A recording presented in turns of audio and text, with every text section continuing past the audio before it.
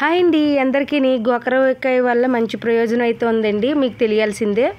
నాకైతే ప్రెగ్నెన్సీలో 250 ఉందండి షుగర్. అయితే చాలా ప్రాబ్లం అయితే అయింది. నేనైతే ఈ గోకరకాయ ఫ్రై ఎక్కువ తిన్నానండి. తినటంలో షుగర్ అయితే చాలా కంట్రోల్లో వచ్చేసిందండి. అసలు నాకు ఇన్సులిన్స్ కూడా చేసుకోమన్నారు. కాకపోతే నేను ఏం ఇన్సులిన్స్ కానీ ట్యాబ్లెట్లు కానీ ఏం వాడలేదు. గోకరకాయ ఫ్రై మాత్రం మంచిగా వారానికి 3 సార్లు తీసుకునేదాన్ని అండి. గోకరకాయ కూడా చేదన్నది ఉంటుందండి. మీరు గమనించారో లేదో తెలియదు కానీ ఈ గోకరకాయ వల్ల మంచి ప్రయోజనం అవుతుందండి.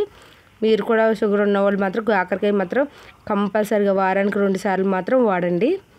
అదే చేసుకోండి వంట అయితే. మీరు ఇది గోకరకాయ ఫ్రై అండి చేస్తున్నానండి నేను. వెల్లుల్లిపాయలు, జీలకర్ర, కరివేపాకు, పచ్చిమిర్చి వేసేసానండి. ఇవైతే బాయిల్ అయితే చేసానండి నేను. గోకరకాయలు ఎక్కువ వాటర్ కదండి, తక్కువ వాటర్ వేసి కొంచెం ఉప్పు వేసేసి కొంచెం బాగా బాయిల్ అయితే చేసానండి. దీన్ని బాగా అయితే కలుపుకోవాలండి. ఆయిల్ ఫ్రై అయితే చేసేసుకొని, కొంచెం ఆయిల్ అంటే బాగా ఆయిల్ కదండి, లైట్గా ఆయిల్ ఎక్కువ వేసుకోగలదు. ఎందుకంటే మనం ఆల్రెడీ ఉడకబెట్టేసుకున్నాం కాబట్టి అందులోనే ఉడికిపోతుంది. కొబ్బరి అయితే వేసేసుకోనండి. కొబ్బరి కూడా చాలా మంచిదండి హెల్త్కి అయితే.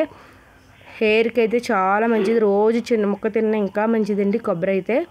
మనకి మంచి హెల్తీ ఫుడ్ అండి ఇదైతే.